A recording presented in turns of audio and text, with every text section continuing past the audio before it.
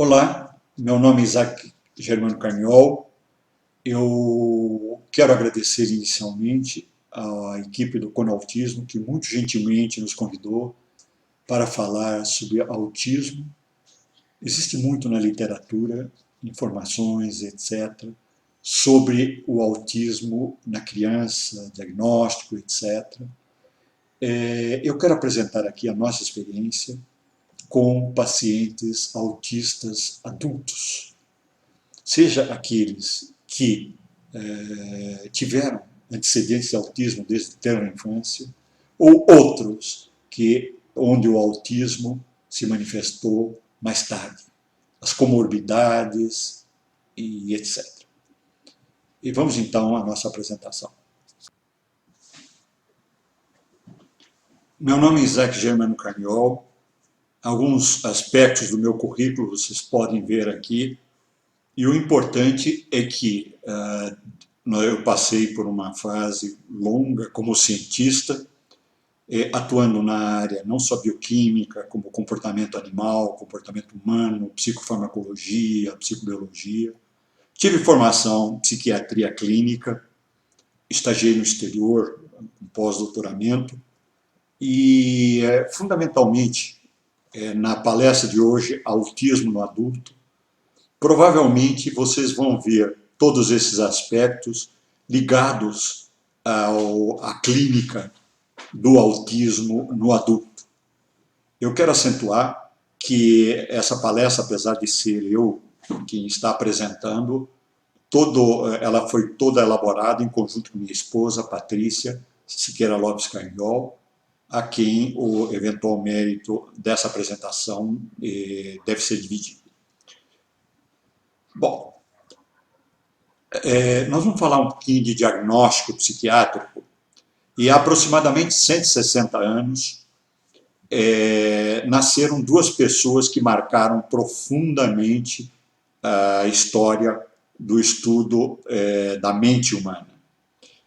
Indiscutivelmente, um deles foi Kraepelin, Emil Kraepelin, mas com a série de seguidores, gradativamente propiciaram os atuais diagnósticos psiquiátricos com a sua precisão, reprodutibilidade. Aliás, atualmente, em relação à validação desses diagnósticos, começaram a ser notados alguns problemas que eu vou oportunamente comentar. Por outro lado, também nasceu Freud, e a importância de Freud é trazer o sujeito em si, a sua maneira de sentir os problemas, a vida, etc., que, em parte, também aqui será focalizado.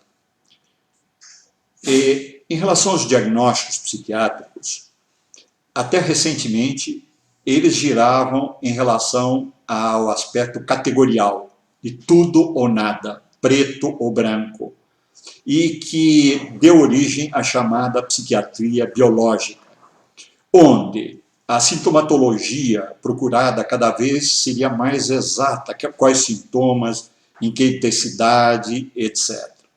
O que tem se notado ultimamente é que, mais e mais, em relação à validação desta aproximação, em relação à clínica, que muitas pessoas, muitos pacientes com um determinado diagnóstico psiquiátrico têm também uma sintomatologia, muitas vezes, muito intensa, que caberiam e muito bem em outros diagnósticos psiquiátricos, ou seja, comorbidades. Isso acontece também em relação ao autismo e, em particular, ao autismo no adulto. Eu quero ressaltar que boa parte das informações na literatura sobre o que acontece com o autista, aquele que desde criança foi diagnosticado, até a vida adulta, não provém de biografias, autobiografias, como a Grandin e outros, os chamados savants. E poucas informações existem sobre os não savants, o que acontece com eles na vida adulta. E, mais do que isso, começa a se caracterizar cada vez mais que algumas pessoas têm realmente alguns diagnósticos psiquiátricos, mas se sobressai nelas algo que se caracteriza ou se assemelha muito em relação ao autismo. Bom, do tudo ou nada da aproximação categorial em relação aos diagnósticos, atualmente nós temos cada vez mais aproximação dimensional. Dimensional seria a presença do sintoma e a frequência deles através do tempo. Quanto a semelhança, por exemplo, da pressão arterial, que numa população a pressão seria 12/8, normal, mais ou menos isso, também em relação aos diagnósticos psiquiátricos ocorreria a mesma coisa. Por quê? Porque verificou-se que uma parte da população não doente também tem sintomatologia semelhante àquelas, mas não tão frequente e não tão intensa. Seria dimensional, seria a frequência dessas manifestações que diferenciaria o doente ou não. Pressão acima do 12/8, pressão abaixo de 12/8 normal. Eu quero lembrar que, em relação ao autismo, um dos usos primeiros dele foi feito por um autor chamado Bloiler, depois de Kraepelin, uma pessoa fundamental no estudo das esquizofrenias, e um dos tipos de esquizofrenia, ou a esquizofrenia de um modo geral, teria subjacente às suas manifestações 4 aspectos fundamentais: afetividade, autismo, ambivalência e associação de pensamentos alterados, os 4A da esquizofrenia. Atualmente, a literatura fica bastante alterada, porque existem muitos pacientes que são diagnosticados, por exemplo, com esquizofrenia, onde o autismo é muito revelante, é muito prevalente. Depois verifica-se que, na verdade, o diagnóstico mais provável seria autismo. Isso diante daquilo que a gente chama de comorbidade, mas há uma inclinação maior em relação ao diagnóstico de autismo do que de esquizofrenia. A mesma coisa acontece em relação à depressão, acontece em relação a quadros ansiosos e outros diagnósticos psiquiátricos. Eu quero mostrar a confusão que, inclusive, eu tive. A primeira publicação em livro, os outros mais de 100 artigos científicos publicados internacionalmente, boa parte, foi sobre a subjetividade na esquizofrenia. E não só a objetividade do diagnóstico, mas observada, portanto, em terceira pessoa, ou quando a pessoa relata o que ocorre com ela em termos objetivos, de acordo com a cultura, mas também a possibilidade da pessoa manifestar o que ocorre com ela com as suas próprias palavras, com as próprias dificuldades de definir o que é se sentir deprimido ou alucinando e assim por diante. Nós publicamos, então, esse livro, há alguns anos já, com o nome de A Subjetividade na Esquizofrenia. E mais me convenço, e alguns dados de alguns pacientes que vão ser apresentados aqui, se referem a esse paciente. Atualmente, eu não tenho dúvida que o diagnóstico desse paciente seria autismo.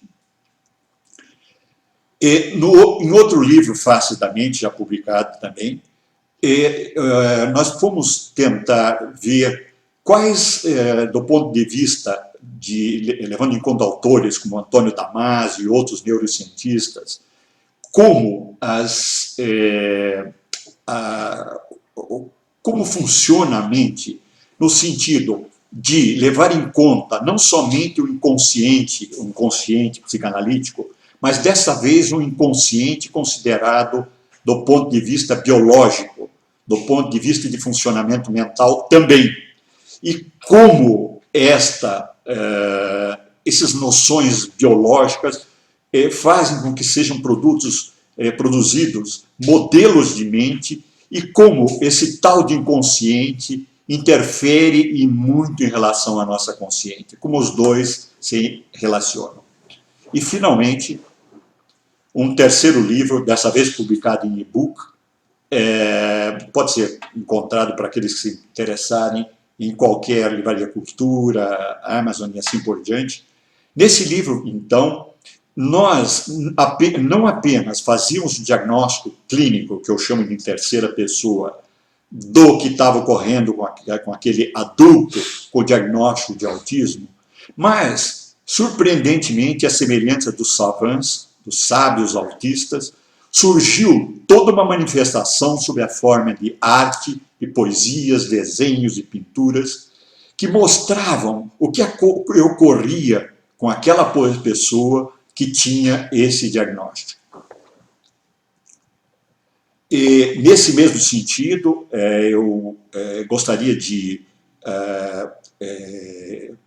acentuar o trabalho de Nina Giménez, que é uma série que provavelmente vai aparecer na televisão dentro de pouco tempo, e chamado dentro do projeto Tundê.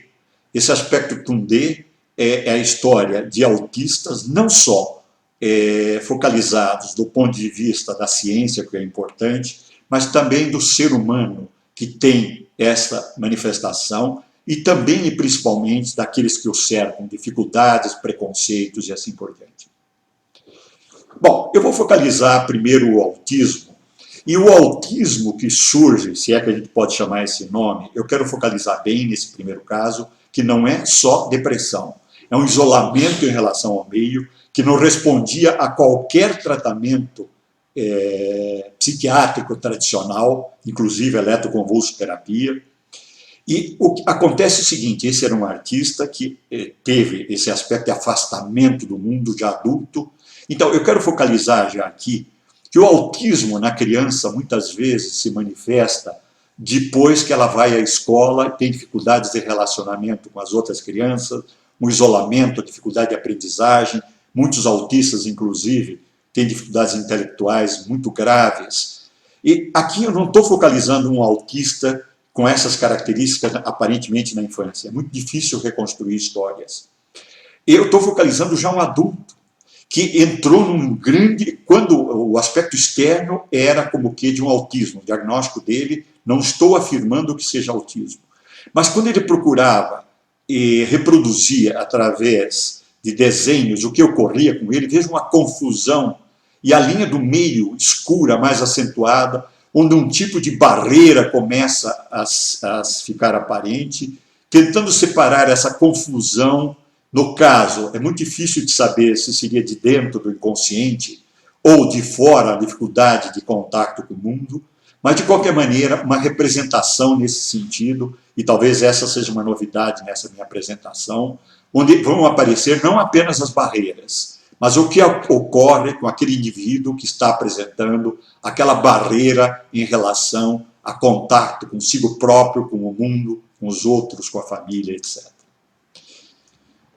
Gradativamente esse indivíduo, e eu quero acentuar que o nosso trabalho, afora esses diagnósticos de comorbidade, nós focalizamos 10, juntamente com a minha esposa, 10 pacientes por longos períodos.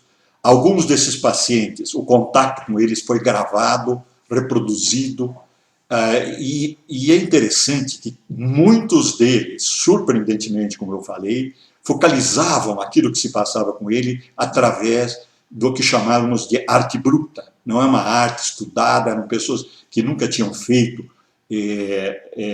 poesias, não tinham estudado arte, e de repente aparece um material estético muito elaborado. Nesse caso, a ansiedade que provavelmente contribui para o afastamento, e nesse caso de uma comorbidade, aparece a estranheza daquela desorganização da sua mente, aparece nitidamente nessa pessoa.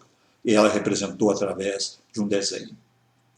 Aqui são outros diagnósticos psiquiátricos, também pessoas que se manifestavam não só pela clínica, mas através da arte ou de representação através de desenhos. O isolamento, então eu estou falando de comorbidades, o afastamento que elas tinham e como elas representavam. Vejam bem, não era só depressão, não era depressão, era um afastamento sem afetividade nenhuma, era uma barreira que se estabelecia diante do mundo. Aqui o mesmo paciente, em uma outra ocasião, com as mesmas características de representação. Vamos voltar ao nosso trabalho e ligar as ideias de Damasio, o famoso neurocientista, que eu acredito que muitos de vocês já devem ter ouvido falar. O funcionamento mental, a procura pela vida interior. O funcionamento mental e comportamento humano é em grande parte inconsciente, sendo fortemente influenciado pelos sentimentos e emoções primitivas. Isso é de Damasio. A comunicação entre a mente, cérebro, consigo próprio, com o corpo e ambiente é codificada em imagens e mapas, também chamado cartografias. Esses mapas se intercomunicam entre si e somente alguns chegam à consciência. Quando a consciência é invadida por esses mapas, uma grande confusão se estabelece. Inclusive ideias opostas, gostar e não gostar, por exemplo, amar e odiar ao mesmo tempo. Nas doenças mentais, isso em parte já é um conceito nosso. A partir do inconsciente, a consciência invadida por imagens, por mapas, por representações, não suficientemente estruturadas. E seu manejo se acompanha pelos sintomas, alucinações, delírios e assim por diante. Surpreendentemente pela arte, alguns pacientes, no caso dos autistas, seriam como que savants, e 10 deles são focalizados, muitos deles savants são focalizados nesse trabalho, conseguem organizar e comunicar de uma forma compreensível e criativa este caos. Eu quero focalizar novamente Damasio, e ele compara aqui com uma orquestra, como é que funcionaria, pelo menos idealmente, a consciência, e o inconsciente. Seria como um ensaio de uma orquestra antes de uma apresentação, em que os vários instrumentos testam os seus sons, até que o maestro entra, organiza tudo aquilo e forma-se uma linguagem compreensível. O mais curioso da consciência é a ausência de um maestro antes do início da execução. Embora surja um regente, um self, a consciência, o si próprio, conforme a execução acontece. E quando essa execução é possível, eu quero salientar o funcionamento da consciência, que a pessoa começa a ter características de funcionamento mental que são de aspectos mais avançados em relação ao desenvolvimento da mente do ponto de vista de Darwin. Ou seja, os aspectos superiores do sistema nervoso central, córtex, etc., regiões mais corticais, mais superiores, e eu quero acentuar uma função hierárquica, aspectos mais primitivos, como que na base, e outros, supervisionando já parte da consciência, esses aspectos mais primitivos. Ainda de Damasio, no esforço para entender o comportamento humano, muitos tentaram passar ao largo das emoções, mas não tiveram êxito. Talvez essa seja uma das críticas fundamentais em relação às pesquisas, em relação aos diagnósticos psiquiátricos, inclusive autismo. Como não é constatado no contato inicial, as emoções ou sentimentos são ditas ausentes ou não existentes ou difíceis de contactar. No nosso trabalho nós conseguimos, e alguns pacientes isso demorou muito tempo, contatos semanais, várias vezes por semana durante um período controlado, muito prolongado, desculpe. Mas o fato que essas emoções surgiram de uma forma muito evidente, como vai ficar mais claro no material que vai seguir. O comportamento e a mente, consciente ou não, assim como o cérebro que o gera, recusam revelar os seus segredos, a menos que a emoção e os muitos fenômenos que se escondem sob o seu nome sejam inseridos na equação e toda a sua importância reconhecida. Eu acredito que esse é um dos aspectos fundamentais. É difícil falar em subjetividade porque ela não é mensurável, etc. E não somente as emoções representadas, eu estou triste, estou alegre, assim por diante, mas coisas mais profundas, onde não existe uma linguagem determinada, passem a fazer parte da procura da clínica, dos vários diagnósticos psiquiátricos e principalmente do autismo. A procura pela biologia, pela neurologia, dos substratos neurológicos, localizacionais, dos funcionamentos mentais, teve um grande progresso ultimamente. Nós vemos aqui uma representação de várias regiões cerebrais que seriam responsáveis por várias funções e que seriam alteradas no autismo. Eu quero lembrar que a semelhança de o que ocorre, e é um cientista chamado Boutron, um grande especialista em autismo que traz esse conhecimento depois de fazer uma revisão e meta-análise da literatura, que o cérebro do autista funciona de uma forma semelhante ao fenômeno que ocorre em pessoas, por exemplo, que são cegas de nascença. Para compensar essa cegueira, as pessoas como que desenvolvem, elas continuam cegas, mas elas desenvolvem áreas como se essas áreas tentassem compensar aquela falta em relação à visão. E não só nessas áreas de visão, mas também em outras áreas. Acreditamos que o mesmo ocorre, tudo indica que ocorre, Motron encontrou, pelo menos neurofisiologicamente, ou mais corretamente, através de imagens, esse hiperfuncionamento de várias regiões cerebrais. Nós vamos apresentar algo que transparece nesses 10 pacientes focalizados, um pouco, alguns exemplos desse hiperfuncionamento de outras regiões cerebrais. Por exemplo, classicamente é apresentado o diagnóstico de autismo, está bastante estandarizado na infância, crianças que fazem movimentos repetitivos, brincam a mesma coisa, de uma forma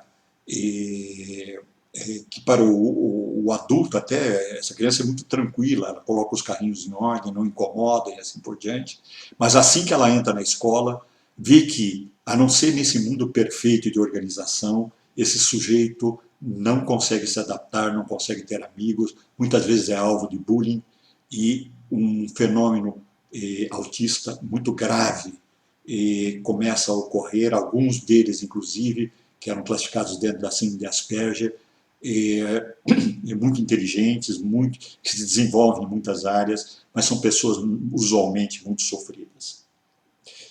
Existem alguns testes clássicos, eu não vou entrar em detalhes, mas nesse teste, bonecos são apresentados, eu não vou entrar em detalhes nesse teste, provavelmente os queridos com autismo o conhecem, mas o fato é o seguinte, que os autistas eles permanecem nos mesmos pensamentos, mas, surpreendentemente, eles como que têm uma cegueira em relação a perceber, olhar os olhos dos outros, focalizar os olhos, vejam aqui nesse slide, e que as pessoas normais, ditas normais, elas focalizam os olhos dos outros quando entram em contato. Os autistas, pelo contrário, focalizam na boca. Isso aqui é Richard Barton e Elizabeth Taylor, um filme clássico. E os autistas, pelo contrário, focalizam pela tensão, provavelmente, que acontece dentro deles. Eles focalizam a boca, eles não olham para os olhos. E é mais curioso ainda, isso através de um trabalho feito com esse filme, um sketch desse filme, que quando a tensão emocional é muito grande, a visão se espalha e não é focalizado em nenhum aspecto em particular, muito menos os olhos, que é uma das características dos autistas. Eu quero, então, acentuar que, curiosamente, esse mesmo autista que não focaliza os olhos, ele é capaz, em seguida, de encontrar um objeto escondido que todos os outros não seriam capazes de achar.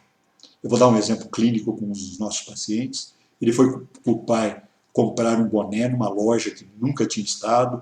O pai queria um determinado tipo de boné. O vendedor olhou para todas as prateleiras carregadas de boné, o pai, etc. E este paciente, adolescente adulto, acompanhando o pai, foi capaz de descobrir rapidamente, escondido, atrás de uma prateleira, um boné que era apropriado e coincidia com aquilo que o pai queria. E vamos focalizar, então, a repetição. Então, nós vamos mostrar um pequeno slide onde esse aspecto de repetição, primeiro nós vamos mostrar uma criança, nosso paciente, da Patrícia, ocorreu e foi filmado, há um latido de cachorro atrás, porque o barulho que essa criança fazia ao movimentar alguns brinquedos dentro de um aquário irritou os cachorros que estavam no nosso quintal. O próximo filme, então.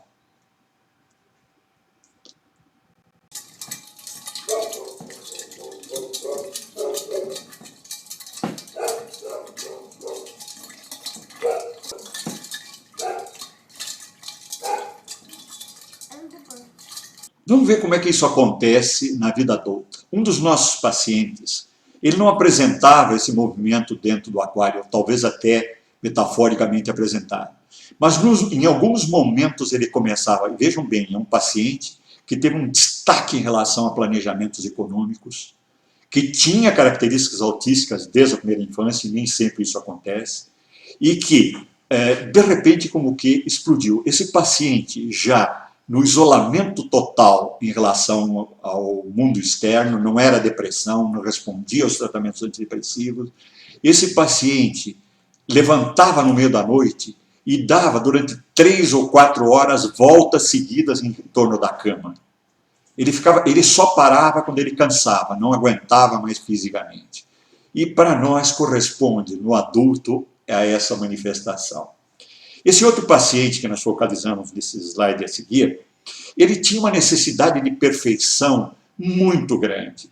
Como nós vamos ver num filme que vai ser apresentado daqui a pouco, e esse é um exemplo apenas, ele foi traçar quadrados e gradativamente ele precisava aperfeiçoá-los cada vez mais. Como ele fazia isso, ele percebia que usando a régua não era perfeito. E ele precisava essa exatidão diretamente provinda da sua mente, do seu cérebro. E esse quadrado xadrez praticamente perfeito foi feito à mão livre. Foi feito de uma forma contínua, praticamente num tempo não muito prolongado. E nós vamos ver um filme e o que o próprio paciente tem a dizer a respeito. Teste, eu vi que esse ficou bom. Ficou bom, eu fiz esse. Mais complicado. Antes desse eu fiz um mais complicado, não ficou bom, que é excesso de complicação. Fiz esse, mais caprichado. Depois fiz esse, são diferentes da intenção desses. Foram testes, esse tinha intenção. Qual a diferença entre esse e esse? Esse foi feito com uma caneta que não apaga, é caneta permanente. São movimentos mais simples, mas não pode errar de jeito nenhum. Se errou, não tem volta. Esse, eu posso voltar, eu posso apagar se errar. Só que é mais... Esse mesmo paciente nos deu uma indicação de como são formadas as barreiras e como se traduz através de uma linguagem. A procura dessa representação através da ciência talvez leve um tempo a ocorrer. Ele desenhou montanhas refletidas provavelmente no lago. Se vocês observarem essas montanhas, elas têm bicos, elas têm pontas. E essas montanhas são muito semelhantes àquilo que ocorre numa figura que ele fez, meio dantesca. E a boca dessa figura é permeada dessas representações. E ele comenta que essas representações vêm de animais, ele vai formando essas associações a partir de animais selvagens que dilaceram como predador as suas vítimas e assim por diante. E é interessante, então vejam que a boca é permeada, essas montanhas como que são representadas como montanhas, na verdade é uma síntese de algo muito complicado que lentamente vai se formando na sua mente, e esta figura dantesca ele enquadrou e colocou no quarto dele. E vejam que com esses dentes, com essa ameaça, não pode entrar nada, não pode sair nada, ou seja, surge o isolamento, o autismo. Nós vamos ver um pequeno filme em que o próprio paciente fala alguma coisa sobre isso. Olha aí, vamos ver, vamos comparar isso. Então, esse foi o desenho que eu lembrei quando você me mostrou o diabo. Olha lá a boca do diabo. Ó. Né? É verdade. Tem a ver. Tem muito a ver.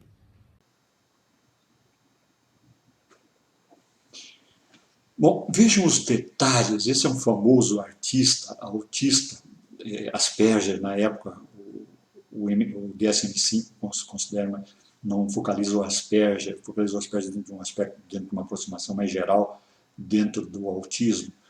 Esse é um artista famoso, vejam os detalhes que ele chega em relação à representação de uma cidade.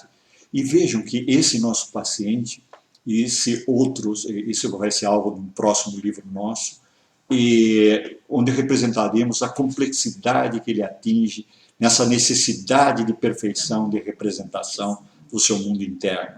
E ele parte para o mundo apenas, ou quer partir apenas, quando essa perfeição existe. Aqui eu não vou entrar em detalhes, mas eu vou mostrar para vocês como é que a história desses pacientes pode uma história tradicional junto a ele próprio, junto aos familiares, etc. Uma própria versão de sua história foi colhida. Infelizmente, os detalhes vão aparecer no próximo livro sobre autismo no adulto, que nós pretendemos publicar proximamente.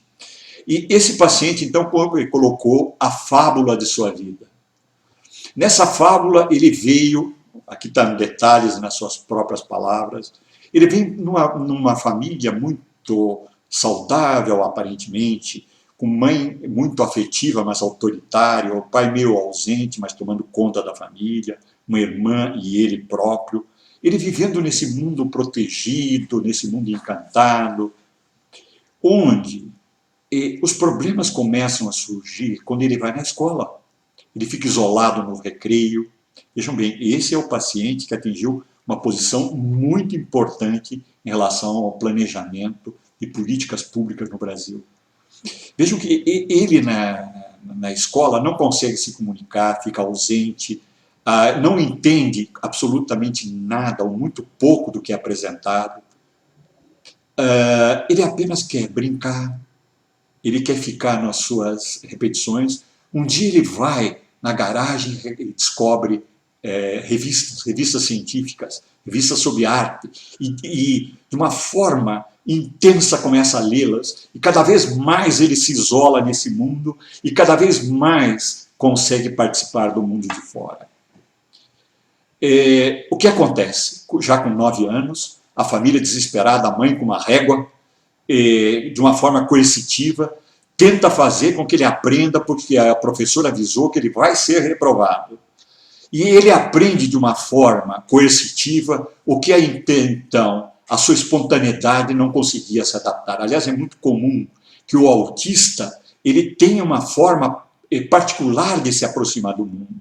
E ele reclama quando o obrigam a seguir padrões para os quais ele não está preparado e ele quer sair daquele isolamento. Mas quando isso é feito de uma forma coercitiva, isso traz um grande sofrimento. Isso mostra o desencadear da sua carreira, onde mais e mais ele apresenta-se, ele consegue até certo ponto cumprir tarefas, mas essas tarefas cada vez tornam-se mais difíceis, como que são papéis que ele vai representando. E parece que o seu eu mesmo, a sua pessoa, não se vê representada nessas manifestações. O que ele prefere, e inclusive esse paciente é muito interessante, a Grandina, o famoso caso da literatura, ela inventou uma máquina de abraçá-la e com a qual ela consegue ter uma certa contenção e participar de uma forma, como se for, ela usando as palavras dela, como computador no mundo. Esse paciente, ele se sente isolado do mundo, e os únicos momentos, já como adulto, em que ele se vê satisfeito, é quando ele consegue um abraço, e não é qualquer abraço, é filho do seu abraço, o abraço de um filho de 8, 9 anos, com o qual ele se identifica, e não é um abraço igual ao da Grandina, o que até talvez possibilite ele participar um pouco mais do mundo depois. É um abraço afetivo, com emoções.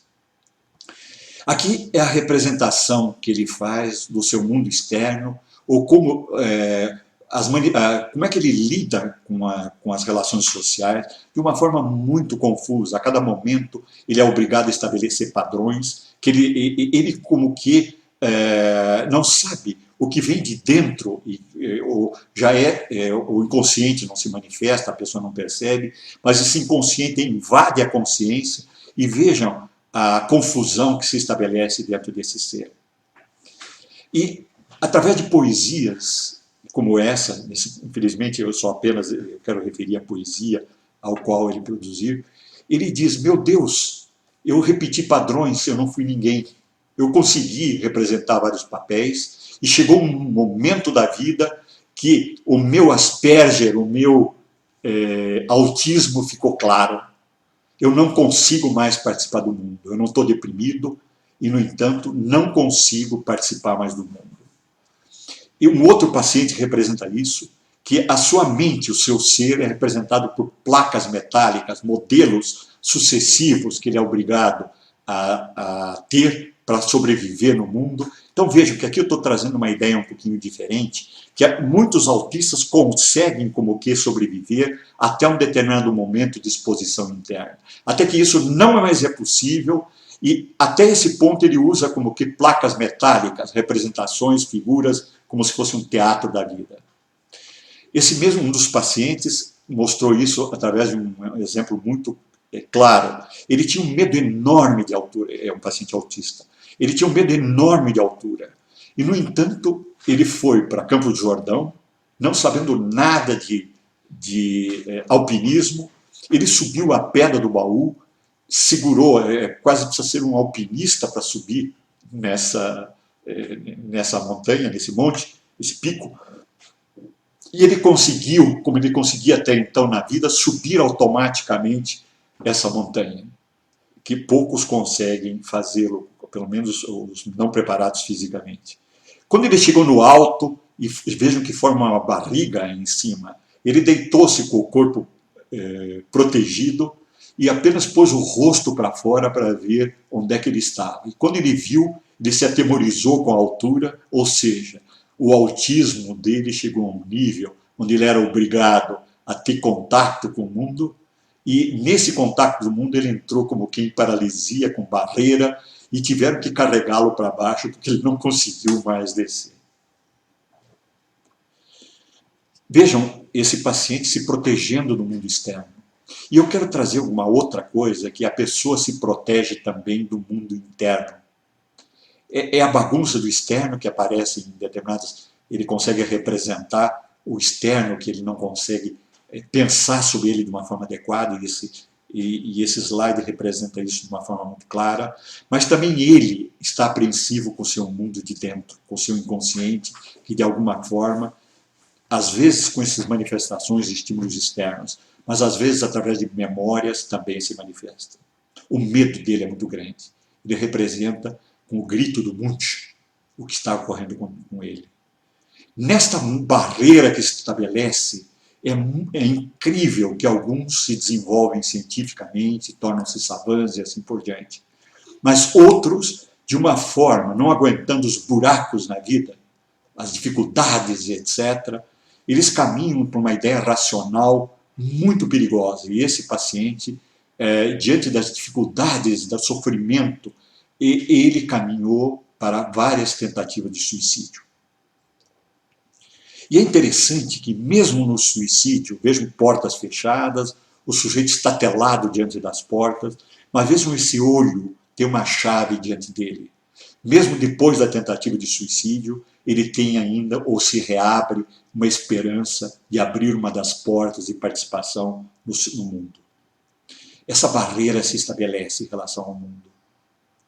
Essa barreira se estabelece através de uma distância, uma cerca. Ou, segundo alguns pacientes, aqui é representado por um aquário cobrindo a parede. O mundo interno, bagunça. O mundo externo, não consigo me adaptar. Surge essa proteção de vidro, que pode ser de vidro espesso, claro que eu estou falando com uma figura de linguagem. E esse vidro espesso, dentro dele, eu não tenho a bagunça, eu não tenho o mundo externo, mas algumas ideias racionais ainda permanecem. Aqui é um outro exemplo que, quando nós tentamos aprofundar o que ocorre nesse isolamento, e isso pode ser visto no livro sobre o autismo, que já foi publicado, quem quiser ver mais detalhes, infelizmente aqui não é possível, que ele se transforma numa pedra de gelo, nessa parede de aquário espessa, e a partir daí surge a ideia de não aguentar o externo, o interno, ou também essa não-vida. Aqui está representando, então, as duas possibilidades. o isolamento, o mundo interno, que é um buraco negro cheio de energia, que não consegue se organizar para participar de uma vida própria em relação aos outros, e como esse outro paciente representou, ele está vivo, aparentemente participando, mas seu coração, suas emoções estão mortas, estão em linha reta, dentro de um, eu vou brincar, dentro de um eletrocardiograma da alma.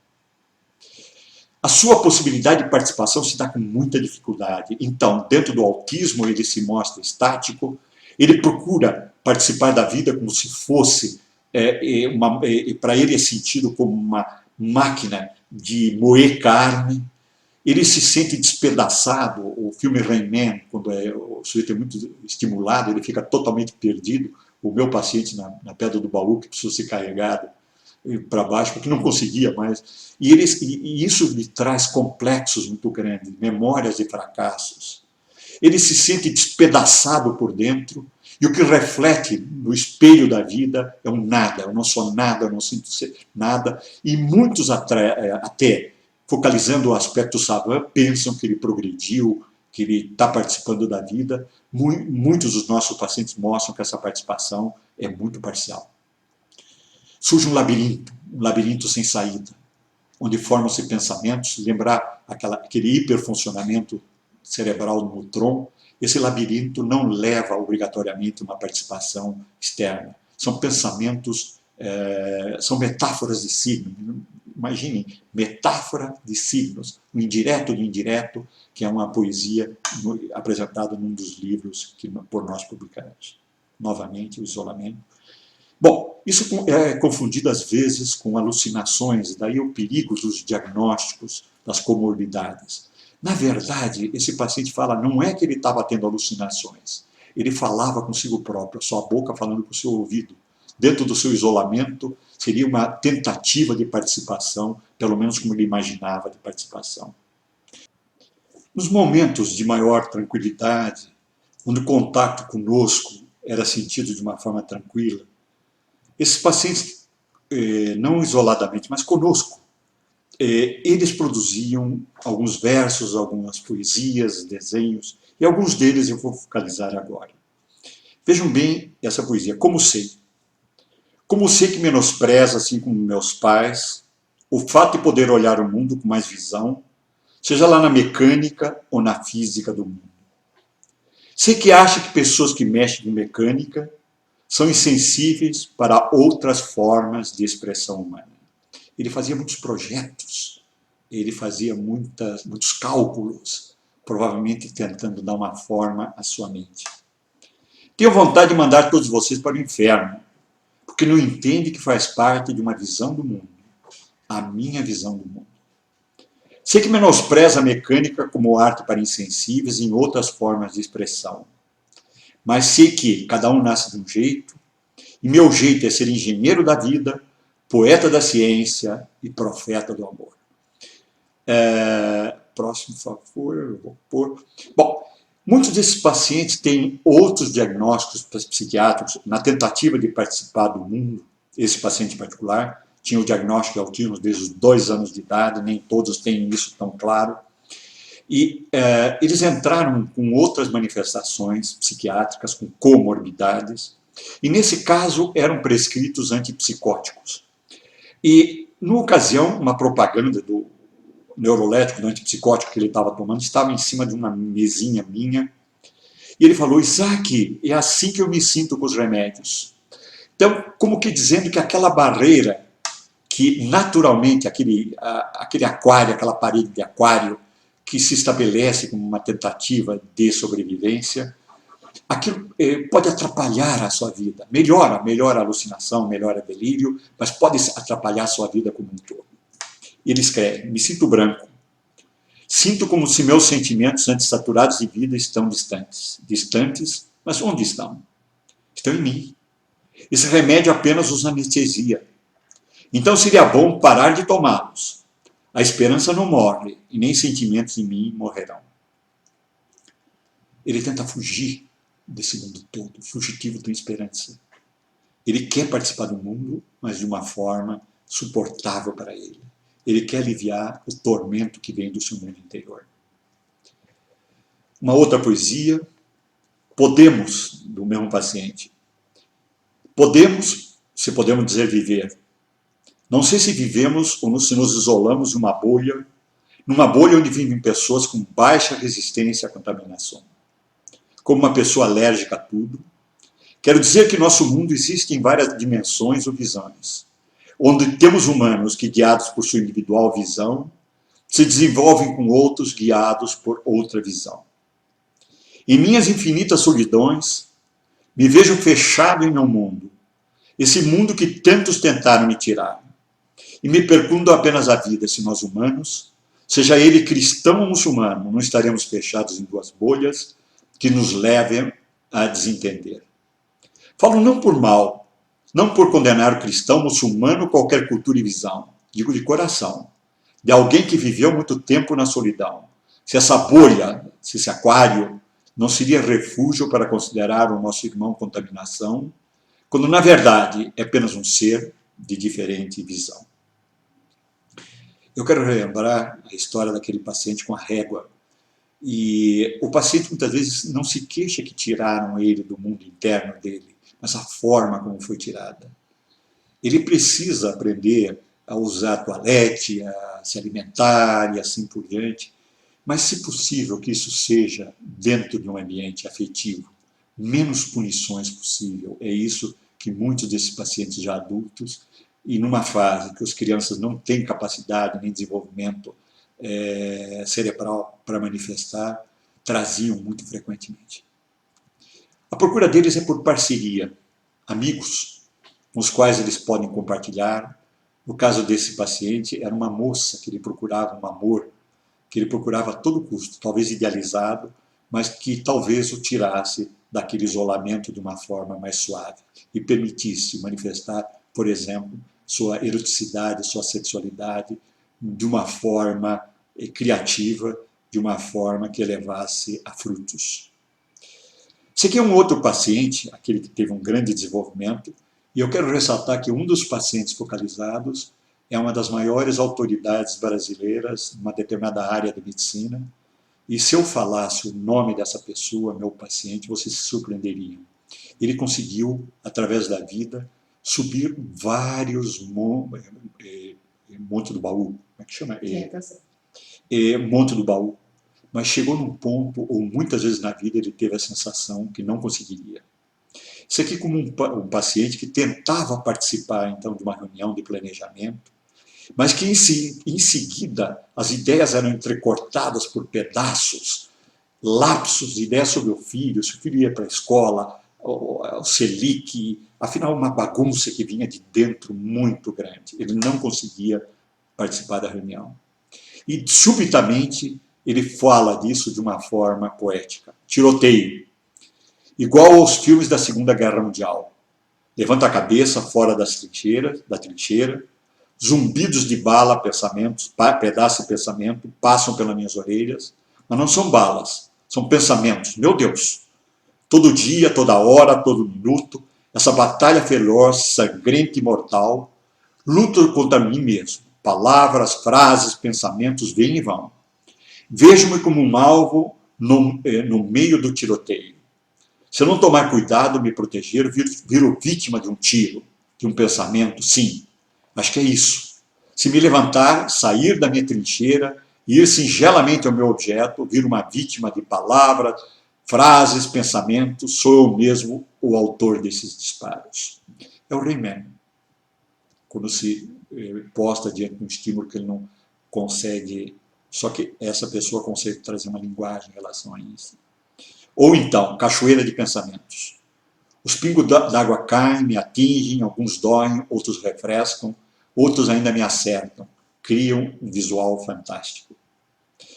Alguns se voltam para a religião.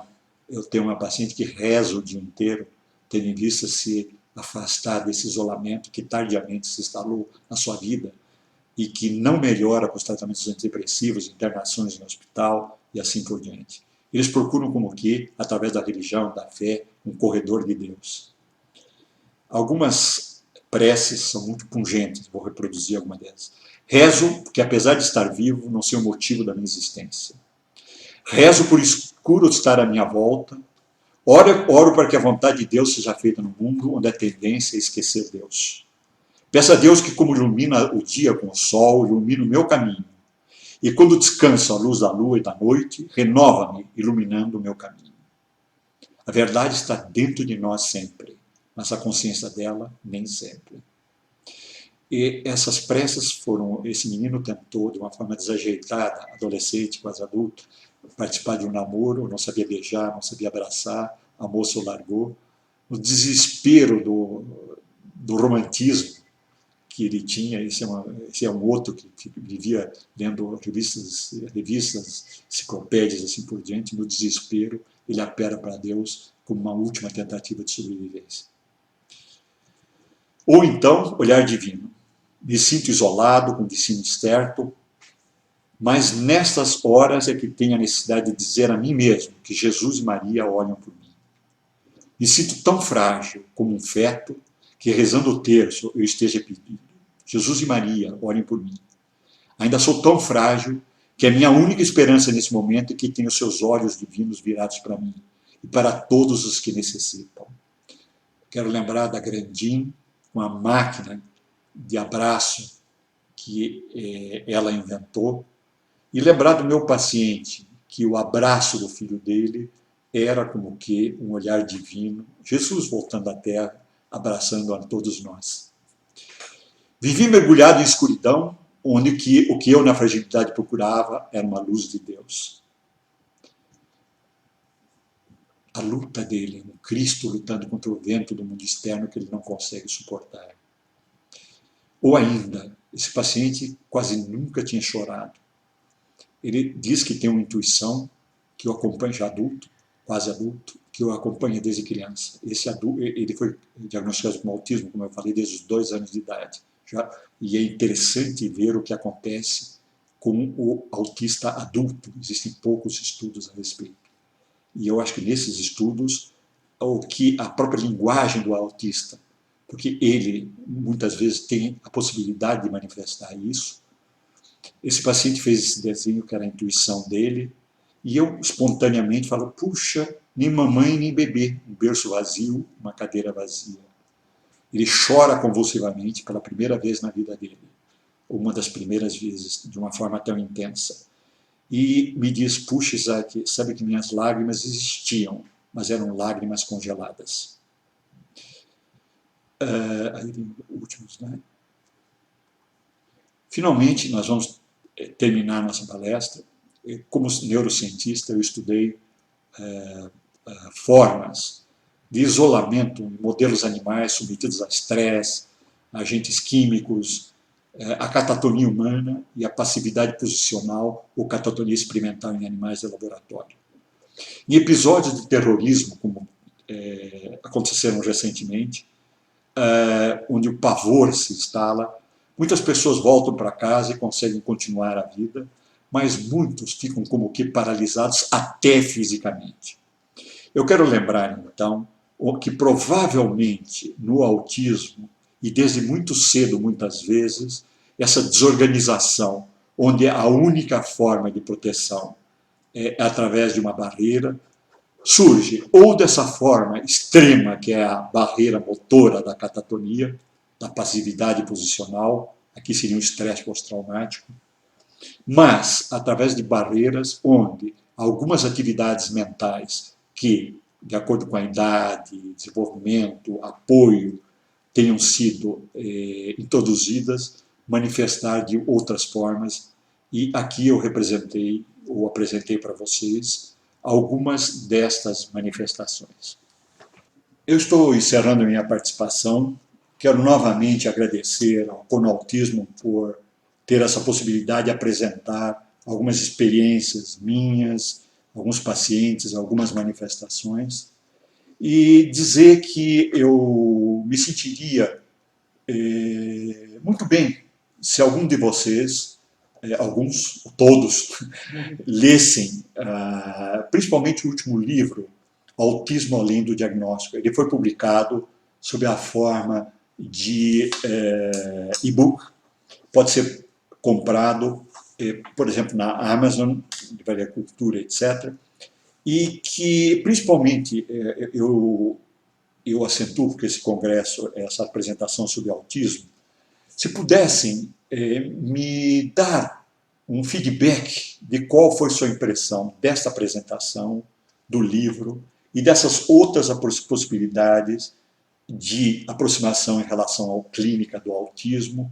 não só na terceira pessoa, estudando os fenômenos reprodutíveis, mas aquela individualidade que, como um savant, se manifesta através de poesias, etc. Talvez a semelhança do estruturalismo, que procura estruturas internas de funcionamento mental, não o fenômeno em si que se apresenta externamente, mas as estruturas básicas, como Lévi-Strauss mostrava em relação dentro da etnografia, essas estruturas básicas e esta manifestação dos próprios pacientes mostrando aquilo que se passa com eles, pode ser um caminho que forneça bases, teorias, principalmente hipóteses de funcionamento mental, onde as técnicas com imagens, o grande desenvolvimento que houve no conhecimento científico nessas últimas décadas, que trouxe um grande progresso, não conseguiu atingir. Eu quero dar, então, o nosso site, onde algumas maiores informações sobre a nossa produção, sobre quem eu sou, Patrícia, assim por diante. E também no caso, o nosso site é www.carniol.com.br. Ou então, o nosso e-mail, carniol_g@uol.com.br.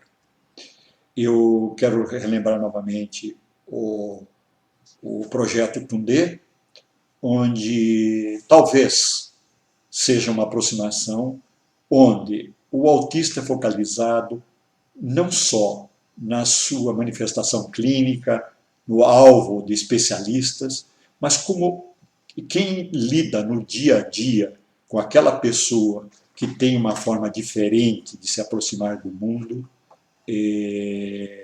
reage em relação a essas manifestações. Muito obrigado.